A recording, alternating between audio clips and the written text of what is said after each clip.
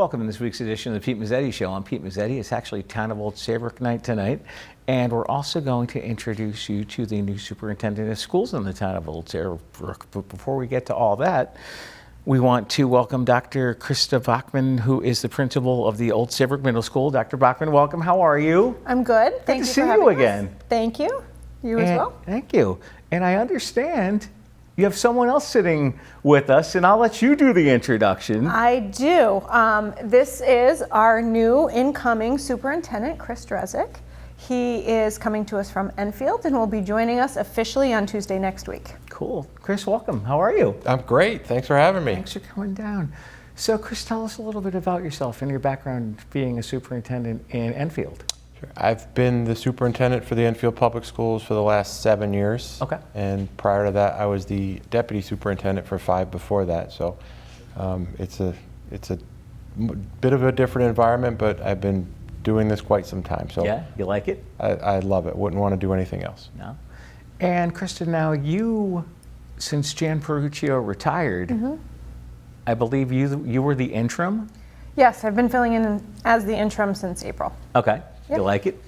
It's been fun. It's been a really good learning experience, and I've enjoyed my time there, and I will be happy to turn it over to Chris in about 1 week. We may not let her. No. I'm kidding. No? No, I'm joking. Yeah. Now, Krista, now tell us a little bit about what it entails to be an interim superintendent as far as what's going on. Well, this time of year, there's a lot of just managerial things that need to occur between union negotiations that are occurring with some of our unions, planning for summer retreat, taking care of end of year budgeting, purchasing, so forth. So at this point in the year, it's a lot of kind of ending the school year, cleaning up, finishing out evaluation processes for our staff, and then start planning for the following school year. So it's kind of an exciting time of year to be the interim superintendent. A lot going on all at the same time.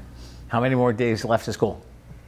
I don't know that exact answer. I know it's June 13th is the last day, but I actually don't count because I really enjoy what I do every day. So. Okay, so June 13th is graduation. Correct. Okay. Yep. And hopefully it's nice out, because when I graduated from Morgan back in 1994, and I will never forget this. So we graduated at the old Morgan, which is now Big Y in Clinton. Yep. And we're all lined up. The band starts. We start processing out. We get to our seats. Mother Nature and the skies open up. No. The skies open, so we have to reprocess. They reprocess back in. Luckily for us, they had the gymnasium all set up. Just in case. Inside with the chairs and everything, just in case. So we had to reprocess back in. But I know you guys usually graduate outside, correct? Typically, they graduate outside as long as the weather's good. Last year, unfortunately, it was not, so we had to do it in the auditorium. Okay. It was still nice in the auditorium, but it is nice to be able to do it outside. So we're hoping for the kids and the families that we're able to do it in that space outside. It is. Now let's talk about the transition from Jan to you. Okay, so I guess I kind of feel like the interim, right? Really trying to fill the gap between the two, and making sure that we follow through with our current goals and helping Chris understand where the district currently is, and working towards those goals in our strategic plan. Understanding some of the culture of our district, understanding some of the folks that are in town as well as in our schools, and helping him come up with the beginnings of who he needs to talk to and who he wants to speak with to get to learn about the town and learn about the district, which he's looking forward to doing. Now let's talk about the transition from you to Chris. So I have a whole folder of things and a notebook, and I've been working on putting those together, and we've been meeting. He comes down about once a week, and we've been meeting regularly and talking about the things that are coming up and trying to prep him to finish the school year, because he's coming in kind of in a unique time right at the end of the school year. The end of the year. And then over the summer, we'll be able to work together some more and plan for the following year together. And I think that will be a great way for him to transition in, get to know everybody, get to know our district, and really lead us to that next level of work. You look so excited. I am very excited, and it's my fault. Krista's not joking about the folder that she has for me, so much so that it's my fault she didn't get to have dinner before we came over here because I kept her working right up to the last minute for us to leave. So it's my fault. That's okay. It's totally on me. But honestly,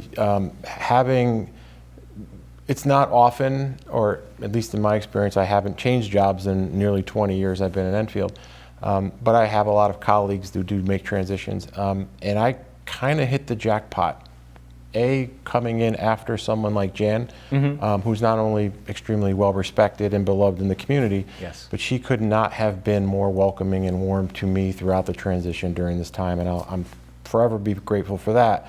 And then even more so, having Krista come in as the interim between Jan and myself, I've had the last 90 days or so to really have an opportunity to spend a lot of time with Krista during this transition and realize what a amazing person she is and a Yes. strong administrator, but really understanding how lucky this community is to have her as not just the interim, but also as the middle school principal.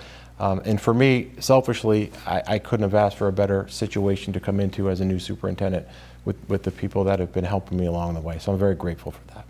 Now, have you had gotten out and met any of the townspeople yet? I've started. Okay. I've been through all the schools, some more than once. I haven't met everyone yet. That was my goal.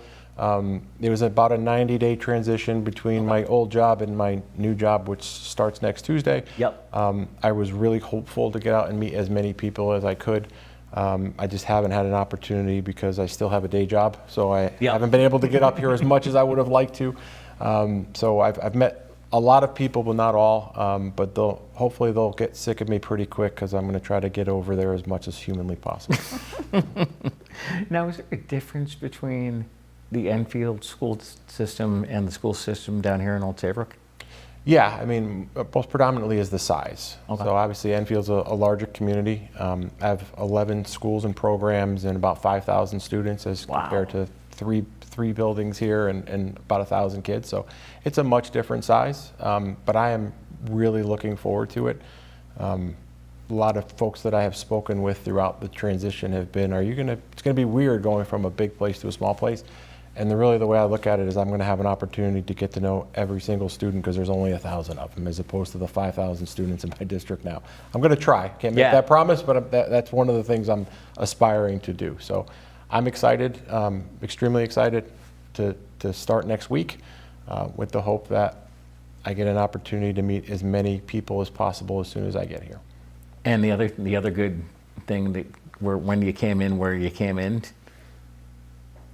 it's after budget season. True, but I'm still in a budget season where I am. That's what's taken me so long are to you? get down here, yes. Oh, are you? Unfortunately, the Enfield budget process doesn't wrap up until really the end of this month. So it's been, Okay. that's been a bit of a hindrance on the transition because I'm Oh, okay. needed back there more than I was hoping to be. But the Enfield community has been wonderful to me for the last 20 years. So I want to make sure that I leave there and start my new life here with everything. I know Old Saybrook's in good shape because not only with Jan, but obviously having Krista be a resource for us and Right. for me personally and for the district has been phenomenal. Now, you guys have a town manager up in Enfield, correct? We do, yes. Huh? Great guy. Chris Brompson's our town manager. He was a previous town manager. He left for a bit. He actually came back recently. He and I are very close. We're really, really well together. Over the last probably 15 years, we worked together. And I had an opportunity to meet the first selectman on one of my trips up here too. So equally seems like a wonderful man, and I was Oh, he's a very great guy. warm and welcoming to me during my initial meeting with him, and I really look forward to working with him And I down the know- road as well. And I know because I live in the town of Clinton, and we have a town manager. We have a town Okay. manager, form of government, so I'm Yep. familiar with this, that, and the other. And people say all the time, how come he's not out doing public events? That's not his job. He's not paid to do. He's paid to be in the office to do what he needs to do. The town council, the chairman, the head of the town council is the one who you see at the ribbon cuttings, at the grocery stores, marching in the parades and all that other. I've been very fortunate in my experience with the town manager that we've always looked at our roles as being partners. Right. You know, we're the largest department in the town as the Board of Education, and the town has responsibility, obviously, for running the community, and that we have an obligation to the community to make sure that we work together closely and we're always on the same page. So I've been very lucky with the people I've had the experience working with, and I don't see that changing here either. No. Christy, you seem awful quiet over there. Do you have something you'd like to add? I think that Chris is going to be a great addition to our community. I think the people that he's met already, I think, have welcomed him and are excited to work with him, and so am I. So Yeah. I think he's going to be a great fit. Now, as far as the going from a school of 5,000 to the school of 1,000, that's got to be a pretty Yeah, a bit. It's a little different. different jump. It's different, but like I said, I'm excited for it. I look at it as an opportunity that I get to know everybody better Right. than I would maybe in my current role, because sheer volume. Oh, yeah. The amount of, and I shared this with staff that I am in Enfield was, you know, we graduate about 400 kids a year. So when we go across the stage, I like to think I know at least half of them personally or have had interactions, but there's a lot. That's a lot of kids. Right. When you're graduating, you know, less than 100, there's no excuse for me not to know every student that comes. Exactly. Unless they don't want to know me. That's Right. They're right. But I am looking forward to that opportunity. Now, as far as the school year goes, how's it looking? Obviously, we're about to end this year. How's it looking for the fall? I think that we will be continuing year 4 of our strategic plan. Okay. Continuing to work on high quality instruction, I think, is going to be our main focus next year. And making sure that we have teachers ready to go with a new evaluation system, which is something that's been put in place at the state level that we needed to update our teacher evaluation system. So we're in the process of doing that. And I think there's room for us to make growth in those particular areas using that system as well. Now let's talk about the strategic plan. What exactly is it, and what does it entail? So the strategic plan is basically a vision for where we want the district to go over a 5-year period. Okay. It includes work from stakeholders in the community, families, students, obviously our Board of Ed, educators, that put together where we think our top priorities need to be over that 5-year period.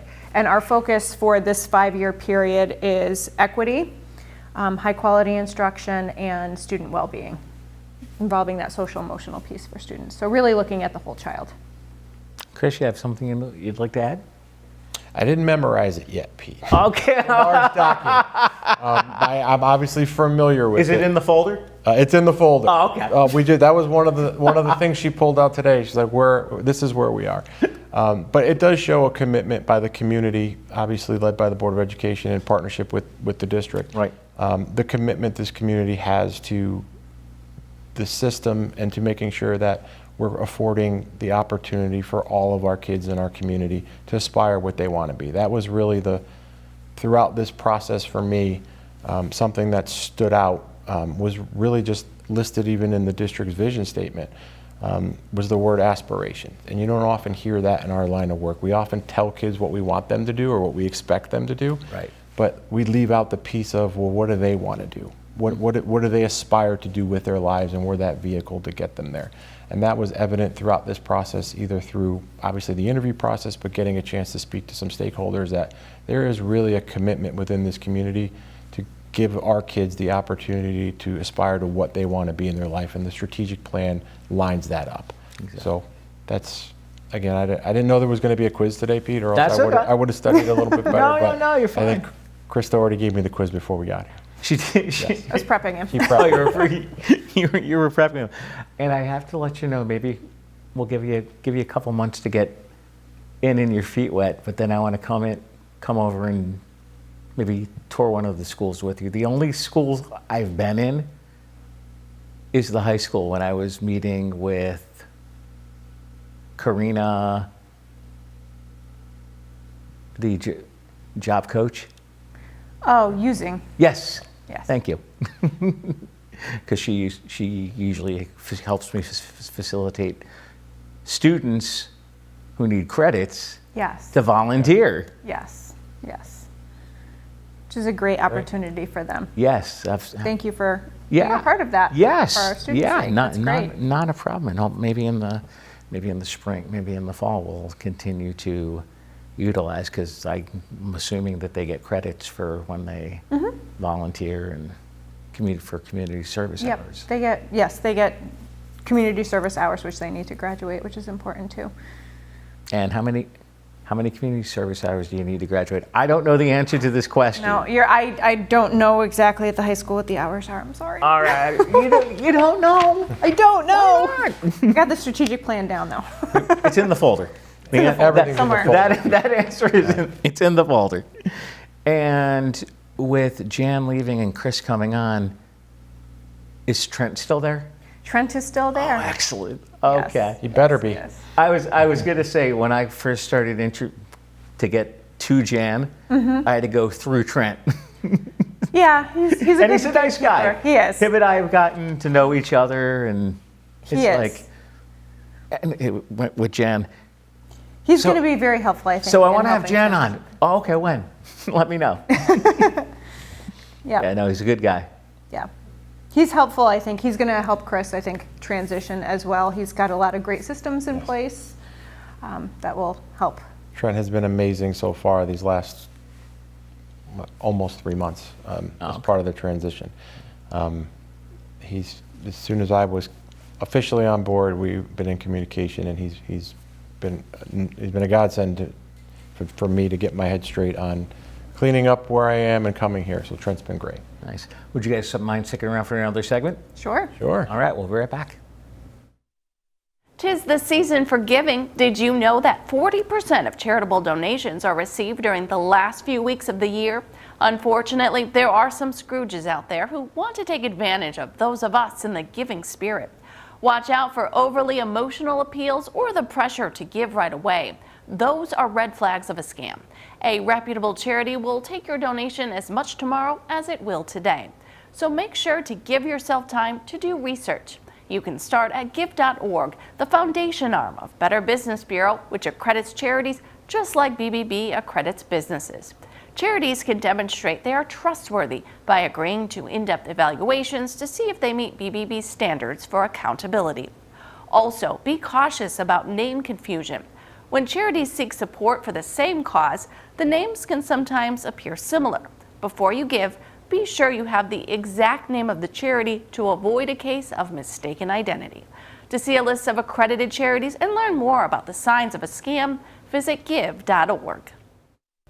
Welcome back to this week's edition of the Pete Mezzetti Show. I'm Pete Mezzetti, sitting here with Krista and Chris from the town of Old Saybrook. Welcome back. Thank you. Thank you. So Krista is the interim superintendent of schools, and Chris is the new superintendent of schools starting a week from Tuesday. A week That is from correct. Tuesday, correct. You ready? Yeah. Yeah? I hope. There's no turning back now. Now, as far as, let's talk about your philosophy and your vision for Old Saybrook. Sure. So one of the things that appealed me to this community was the commitment this community has to its district and to its kids. Okay. And it lined up with what I believe in. And what I believe in is what we're all here for. Sometimes the day-to-day, and Krista's learning this in her current role, you can get distracted at points in times when you're, all the things she mentioned earlier about closing out a year and Right. evaluations and budgets and all that stuff.